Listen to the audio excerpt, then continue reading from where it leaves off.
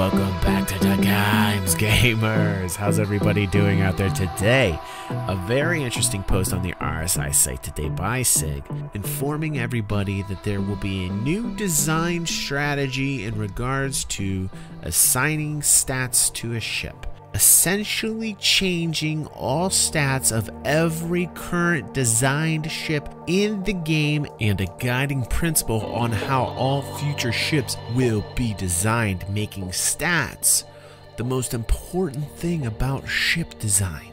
What? Wait a second. That's sexier than...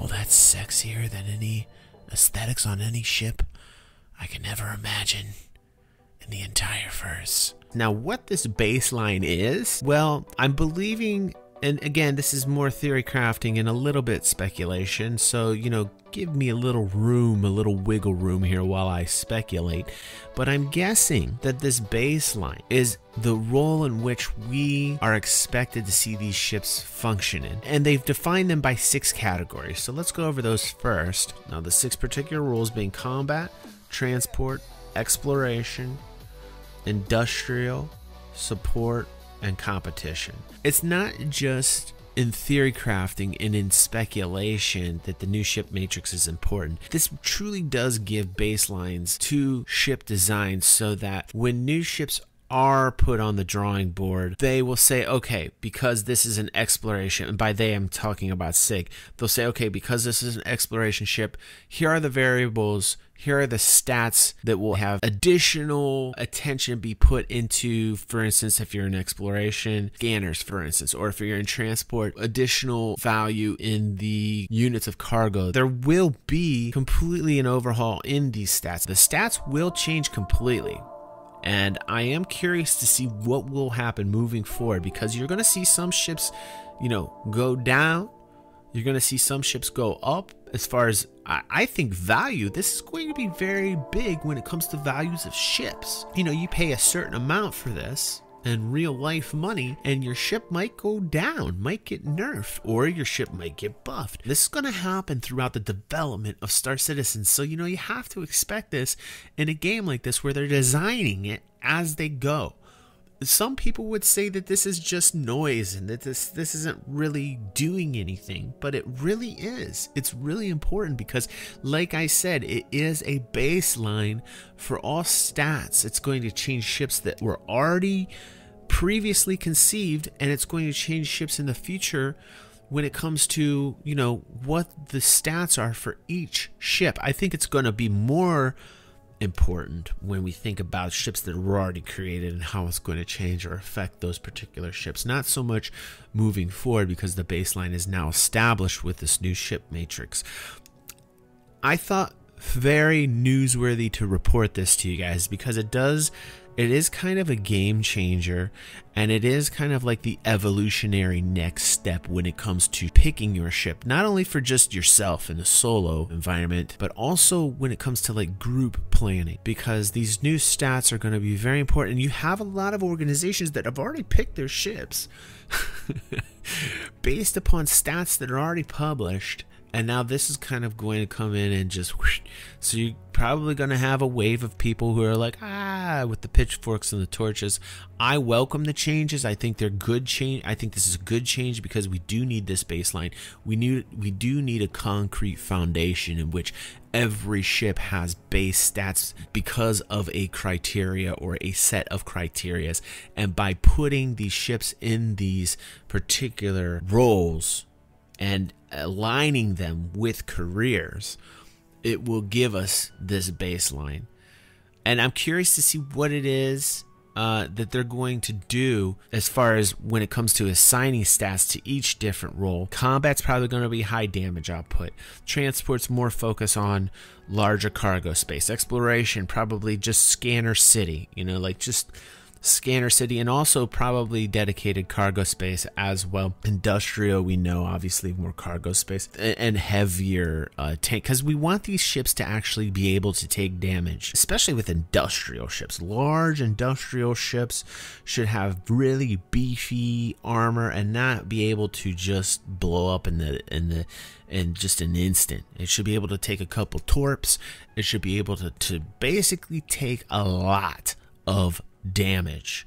And I hope we're talking about buffing or really seriously adding on some meat when it comes to these large industrial ships. They will be big targets, but they also have to be able to take big amounts of damage. And we really have to look at this, especially because of the amount of money that they are now and the amount of money that they will be in game.